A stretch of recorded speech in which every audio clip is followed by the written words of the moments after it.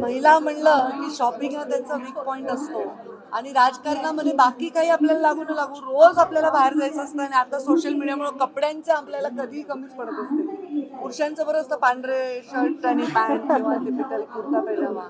तर त्यामुळे आता मी इथे बचत गटाच्या प्रदर्शनाच्या उद्घाटनाला आले. आमच्या खासदार आमच्या आमदार म्हणून आमच्या सहकारी राहिलेल्या मेधाताई यांचं हे प्रदर्शन यांनी आयोजित केलेलं आहे.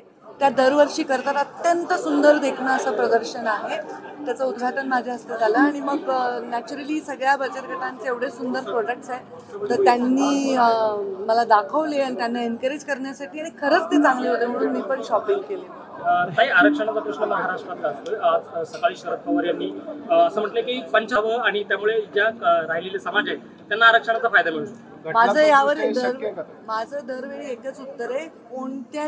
कोणीही स्टेटमेंट जरी केलं, पवार साहेबांनी जरी केलं आणि कोणीही केलं तरी माझं एकच म्हणणं आहे, कायद्याच्या चौकटी जे बसेल ते व्हावं आणि त्याप्रमाणे आरक्षणाचं म्हणजे काय म्हणतात विभागणी असेल. मराठी भाषेला मला खूप आनंद आहे, मनापासून आनंद आहे. मराठी भाषेविषयी माझ्या मनामध्ये अफाट प्रेम आहे.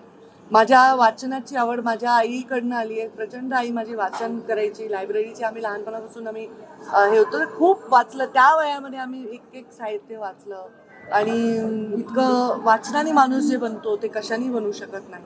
आणि त्यातल्या त्यात मराठी भाषेचं वाचन जो करतो, मला मराठीशिवाय दुसरं काही वाचण्यात एवढा एन्जॉय मी करत नाही. कारण मराठी भाषा ही अमृतासारखी आहे, गोड आहे आणि तिला आज अभिजात भाषेचा दर्जा मिळाला आहे. कितीतरी अभिमानाची गोष्ट आहे.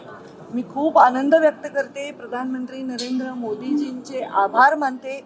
केंद्र सरकारचे मनापासून आभार. निवडणुका समोर ठेवून हा निर्णय घेतलाय अशी टीका करतात विरोधक. निर्णय जो आहे त्याच्याबद्दल त्यांना विरोध आहे का आनंद आहे एवढंच त्यांनी व्यक्त करायचंय. निवडणुका तर होत राहतात, आज आल्या उद्या होतील परवा होतील. निवडणुका होत आहेत म्हणून एखाद्या चांगल्या निर्णयाला थांबवून धरायचं किंवा त्याला करायचं असा प्रकार होऊ शकत नाही. मंत्रिमंडळात आम्हीही काम केलेलं आहे. हे लोकहिताचे निर्णय आहेत. आता ज्या काही योजना झाल्या त्या लोकांना हित देत आहेत. त्यामुळे लोकहिताचे निर्णय असताना त्याचं काय वाटतं त्या निर्णयाबद्दल, लोकांचं भलं होईल का नाही हे उत्तर द्या. निवडणुका समोर आहेत ते तर सगळ्यांना माहितीच आहे.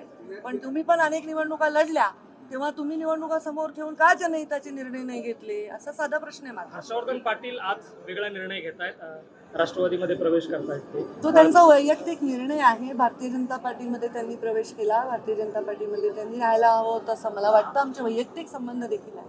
पण आता तो त्यांनी निर्णय घेतलेला आहे. त्याला हातात आहेत प्रदेशाध्यक्ष आणि त्या विषयाला आणि त्यांच्याशी चर्चा ते करत होते. त्यामुळे मी काही त्याच्यावर टिप्पणी करू शकतो. पुण्यामध्ये काल एका अल्पवयीन मुलीवर लैंगिक अत्याचार झाला. निर्घृण आणि घाण आणि प्रवृत्ती अशी आहे, अशा लोकांना शिक्षा झाली पाहिजे. काल रात्री देखील पुण्यातील बोगदेव घाटामध्ये एका महिलेवर सामूहिक बलात्कार करण्यात आलाय. पुण्यात ह्या घटना वारंवार घडतायत. कुठेतरी कायद्याचं वचक आहे की नाही गुन्हेगारांवर असं परिस्थिती. समाजामध्ये विकृती वाढत चाललेली आहे. कायदा नक्कीच आहे, कायद्याचा वचकही असला पाहिजे. पण विकृती जी आहे त्या विकृतीला आपण कायद्याने घाबरवू शकत नाही. त्याला आपण संस्कार आणि त्याला प्रबोधनाने आपल्याला बदलावं लागतं. तर कदाचित नवीन पिढी तयार करताना आपण काही गोष्टी महिलांना आदर करणं, महिलांचा सन्मान करणं याचं जास्तीत जास्त इन्कल्केट केलं पाहिजे असं मला वाटतं. कायद्याचा धाक असलाच पाहिजे, तो आहेच आहे, पण विकृती आहे आणि ही वाढत चाललेली आहे. संजय राऊत म्हणतात की आता पोस्टरमध्ये जे देवेंद्र फडणवीस बंदूक घेऊन उभे आहेत त्यांनी आता त्या पोस्टरमधून बाहेर यावं